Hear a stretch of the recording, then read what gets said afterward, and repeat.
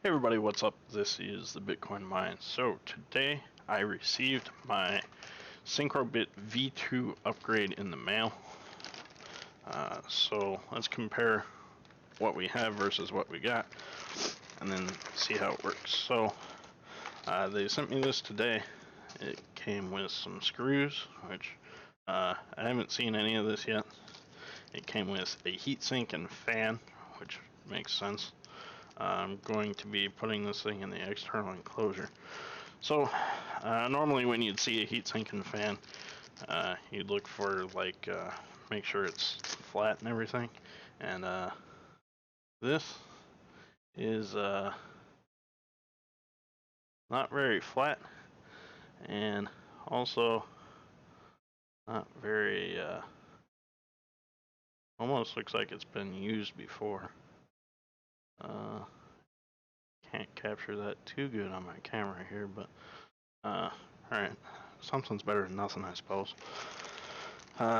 So we got the 3 dBi antenna, which I will be attaching for demonstration purposes, and then also a new enclosure. So I was comparing the V1 that I have versus this one. This is the V1, and if you notice, there's like no holes for ventilation. So the reason they made everything V2 is for advanced cooling. So taking this apart here, it looks like you can see there's actually holes in the chassis so the thing can breathe. It's got some, looks like thermal tape. I don't know that I'll be using that. I've got some Arctic Silver 5. And then it's also got a fan header to tiny jumper thing. So like I said, this is my first time seeing any of this stuff, and they didn't send any instructions or anything with it, so I just used my intuition to take this thing apart here, using my iFixit kit. Alright, so it looks like the screws are underneath these little pads on the bottom of it.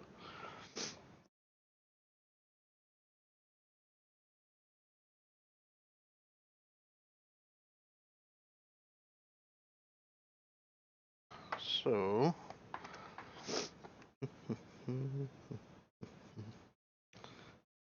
to take off the RPSMA antenna header, we will be reusing that here in just a bit. And this is really neat. Okay, so the V1 actually does have a heatsink on it. And wondering how I mount this heatsink.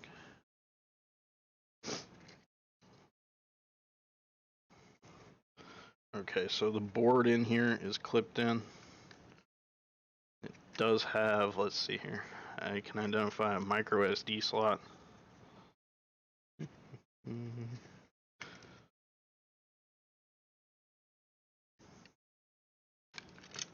Oh, alright, so that comes off. That's for the RGB there.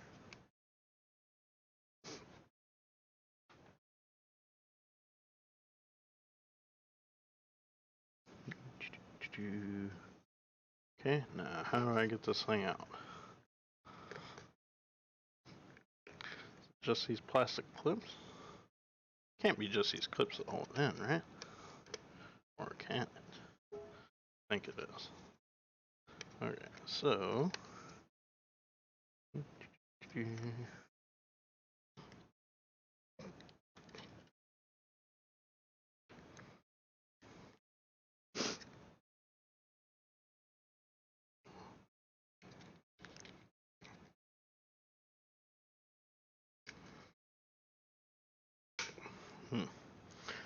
slightly afraid to break it. Nope, it's not that.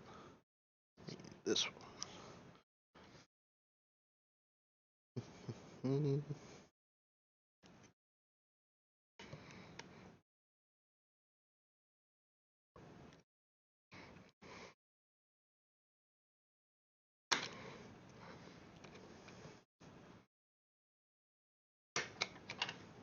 Aha.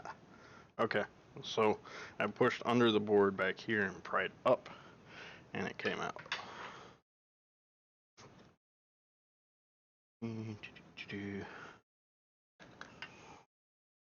Alright, so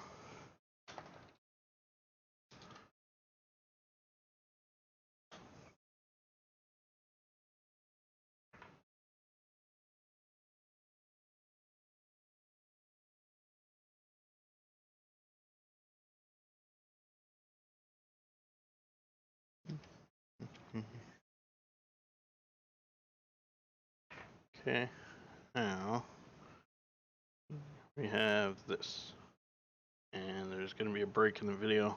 I'm going to get my PoE adapter and make sure that that works, as well as the outdoor enclosure and make sure that I can mount it in that as well.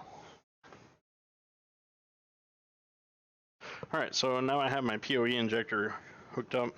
This is a Unify PoE injector that came with my UAP ACLR, so my long range Wi-Fi 5 Unify access point.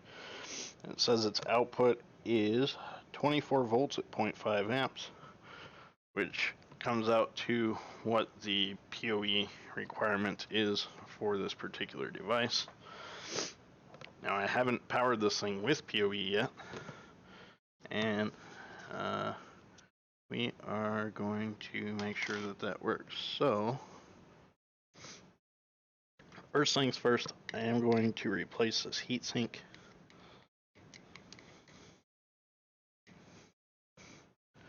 I'll leave a link in the video below to a picture of the new one.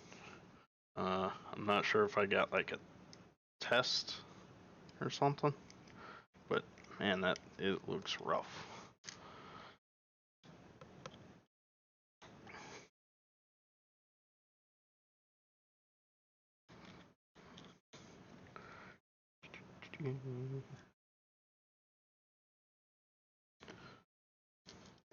Alright, so with this it is fairly obvious to tell which pieces belong to which. And then I've also got my external enclosure over here. I haven't actually determined if this raw circuit board goes in it or if the plastic case does. So we will find that out together.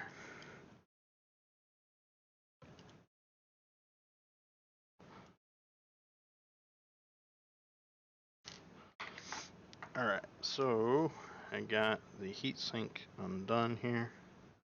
And it looks like they actually did use thermal paste here, but not very much, not very good coverage.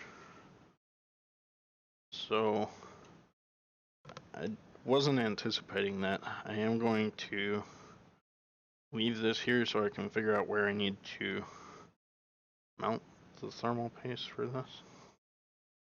There were 4 screws. Goes there. Okay, so this heatsink goes this way. Alright, man, this is a really beat up heatsink. Okay. Yeah, the original heatsink is also fairly beat up, so. Alright, so this goes like this, with the little fan above the M.2 here.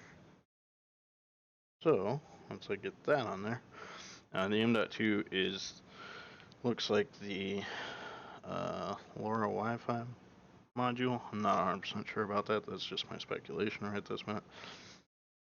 Alright, so gonna be another break in the video while I get my rubbing alcohol. Alright, so now that I got it taken apart this far, I'm going to clean off the old thermal paste from the old heatsink. I guess I don't really need to from the old heatsink, but might as well.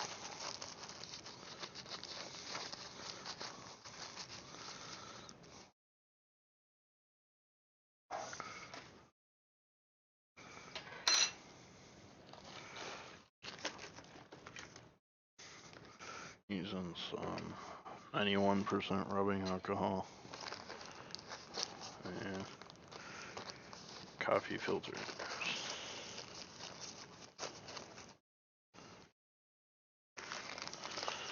So I'm looking at this heatsink, and this heatsink's in better shape than the V2 heatsink that they sent me, but it's still not great.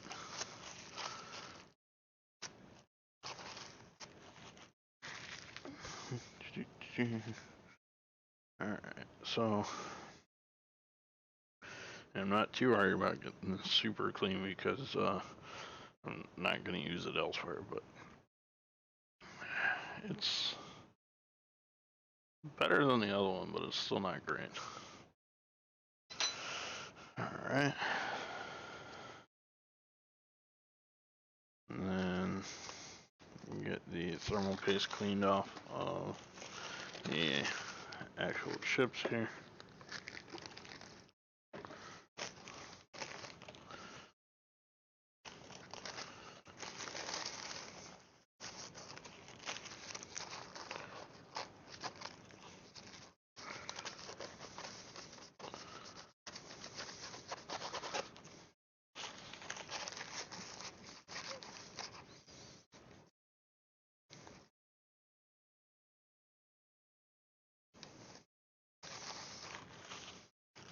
Like I said, I assume that this larger heat spreader is the LoRa WAN module. I say that because that's where the antenna was plugged in. It's got the antenna receptacles labeled TXRX. So, and then this other part is the Raspberry Pi compute module board.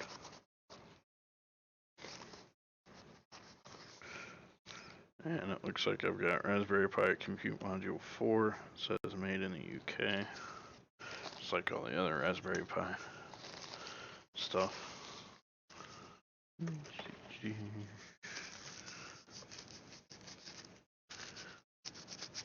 But with this, I'm going to try and get as much of this thermal paste off of here as I can, because I am going to be reapplying thermal paste to it.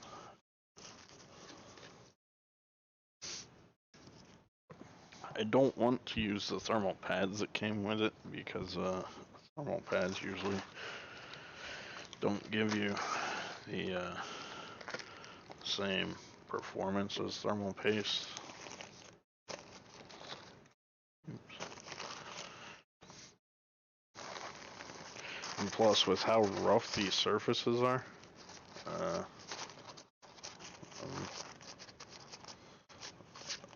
how rough the surface on the new heatsink is,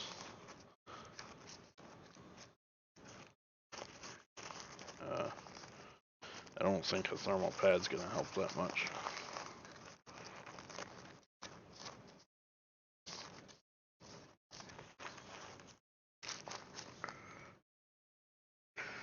Alright, so I've got those two surfaces fairly clean.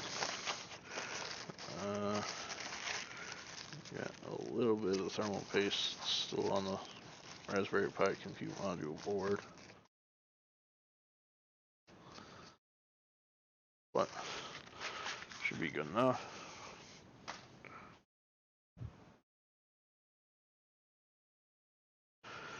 Alright, so now I'm going to put some thermal paste on it. I'm using my handy dandy trusty Arctic Silver 5. Just to check for fit. Go ahead and do that. And okay, so this really tiny fan header, it also came with this coupler here. So this tiny fan header plugs in to the coupler, and then the RGB LED strip and this fan will then plug into here. So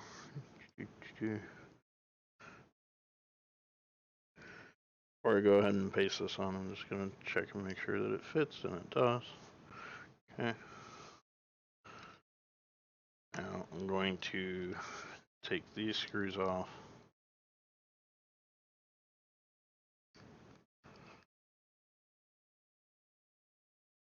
And apply thermal paste generously. And it didn't have very good coverage on the LoRaWAN board here. But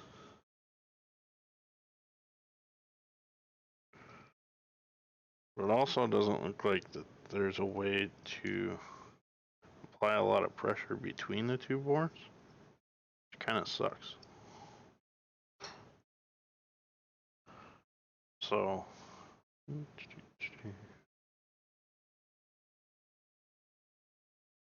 alright, so I got that off. The Raspberry Pi compute module. Just checking for fit before I screw it in.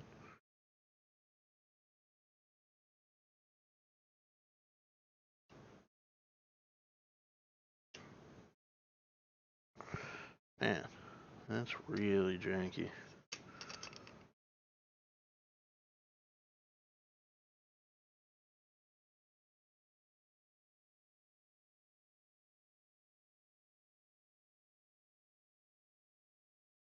Okay.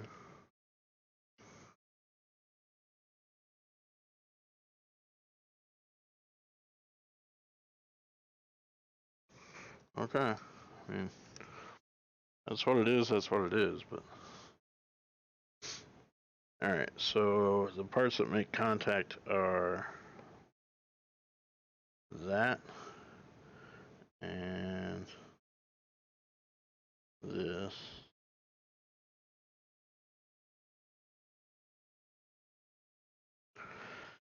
That part of it didn't really make good contact, but it made contact. So, then we take one of the screws.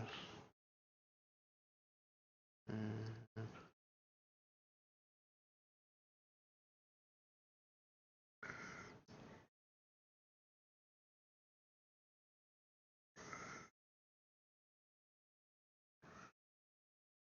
okay, and then the screws get threaded through the back here.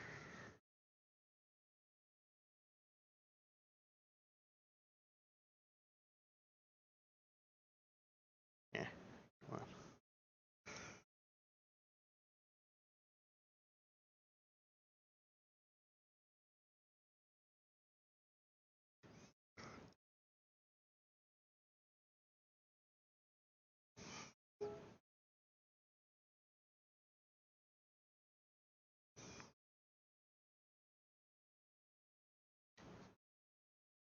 Shit. I dropped all of the screws. I dropped 2 of those screws. Good thing I got like 4 extra ones.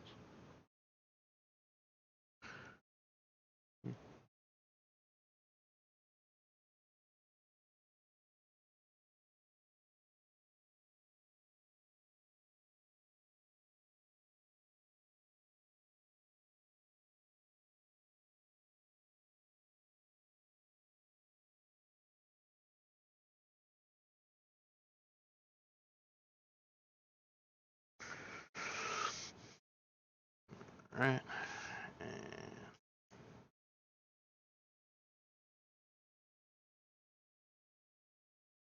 And I'll tighten these down here in a minute. Getting them to line up first.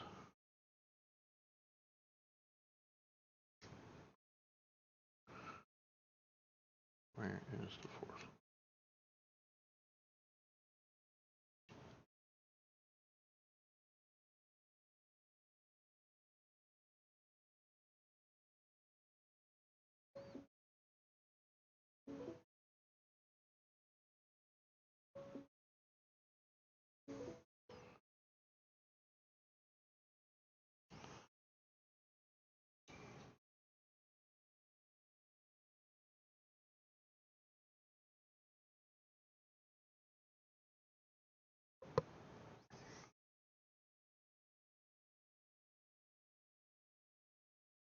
Alright, so I got these screws in. I'll sit here and screw them in with the screwdriver.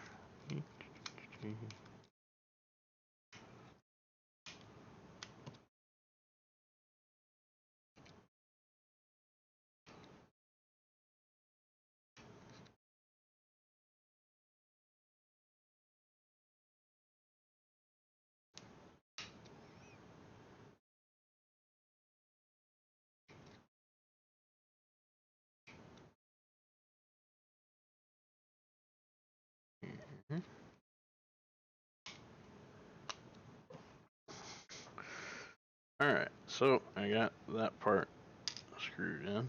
Now, the enclosure for V2 has ventilation holes in it, so you can tell which one you're putting it into.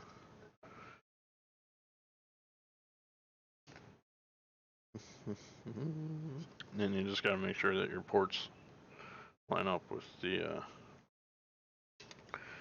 side of the thing here. So now it's all plastic clips. So push down the board, you should be able to get it in there.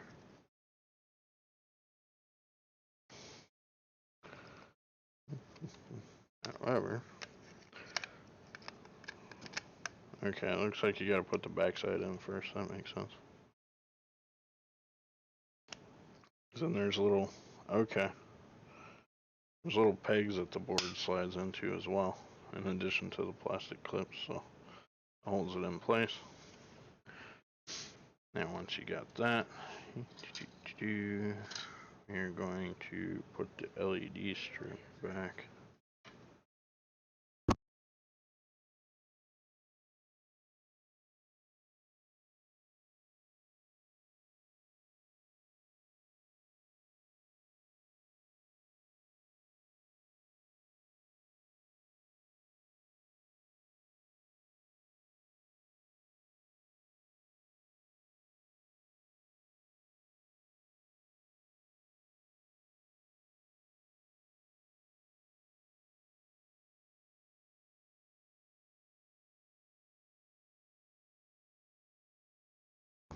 Okay, so that's certainly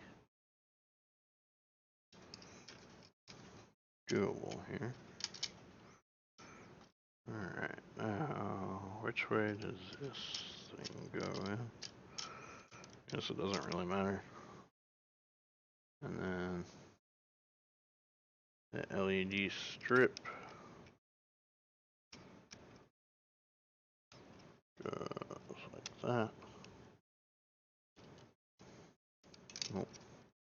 LED strip goes the other way, so that the plug faces the plug header over here.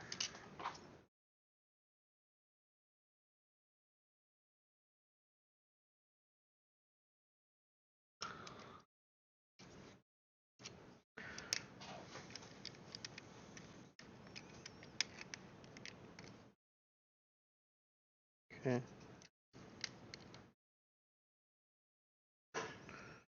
And then plug in the LED header.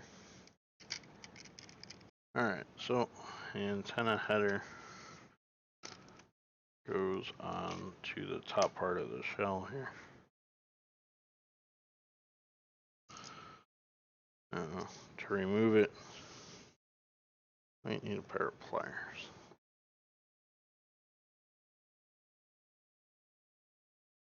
Alright, so to take out the antenna, gotta loosen up the nut. So there's a nut and a washer on the outside of the RPSMA connector, and then you pull it through. And then to put it in the new one,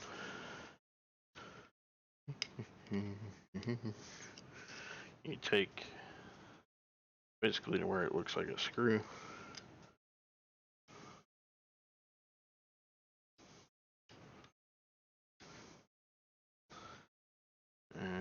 through the hole.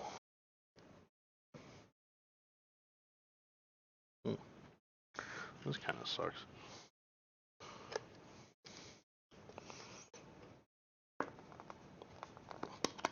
There we go. Alright, so use your pliers to poke the screw through the plastic here. They did add something to make it to where the RPSMA connector can't turn as well. Alright, so once you've got that, then you can throw the lock washer back on. And then the nut that holds it.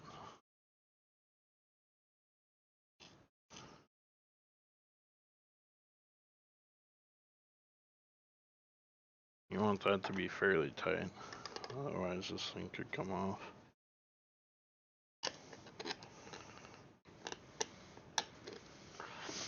Okay, and so there's two ports where you could plug this antenna. One is on the Raspberry Pi compute module itself, which is down here.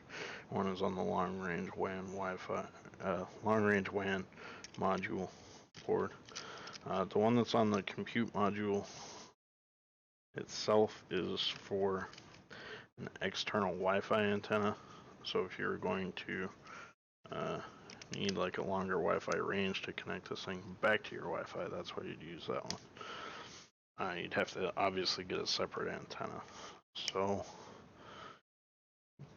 we're gonna plug this to the LoRaWAN board.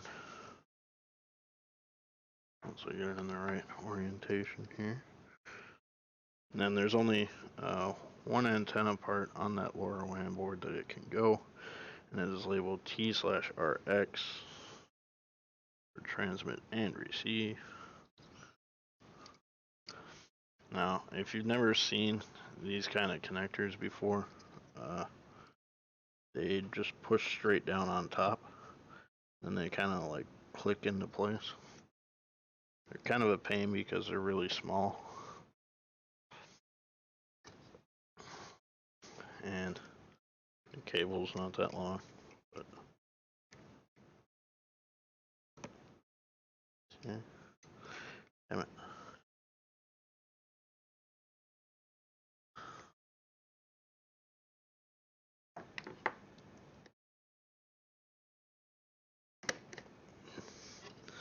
Alright, so you just use the side of your screwdriver to actually push it down onto the thing. Alright, and now we close it back up.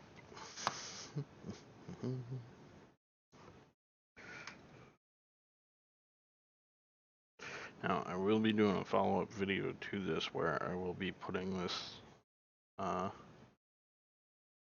device into its outdoor enclosure as well.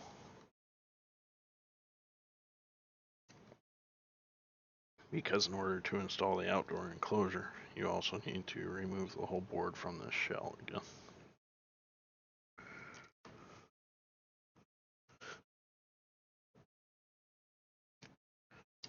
Alright, so I forgot to grab the power cable for this thing, which is downstairs. But we're going to screw in the new antenna. I don't think it's any different than the old antenna. Maybe a little bit wider, maybe a different gain, I'm not sure. But in order to make sure that this thing still works, I've got my PoE injector, and we got it plugged in. I put the LEDs on the wrong side. It's not like it really matters, but I put the LEDs along this side instead of along this side. So, once you've done all that, you have your V1 upgraded to a V2.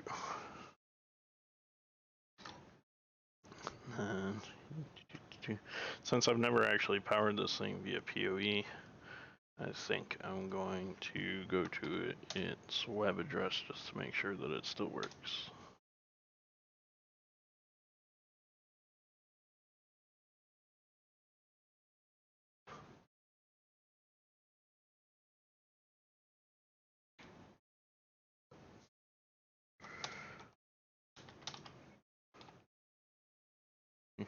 And hey, it's up. And it says its uptime is 48 seconds. This week I've earned 0.5 HNT.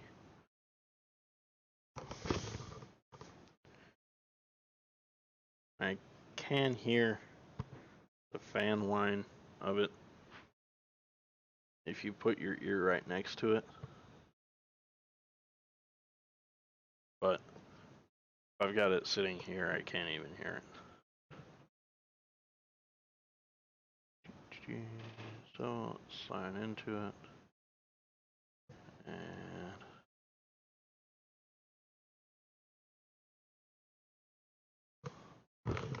alright, so that was the installation of the V2 kit.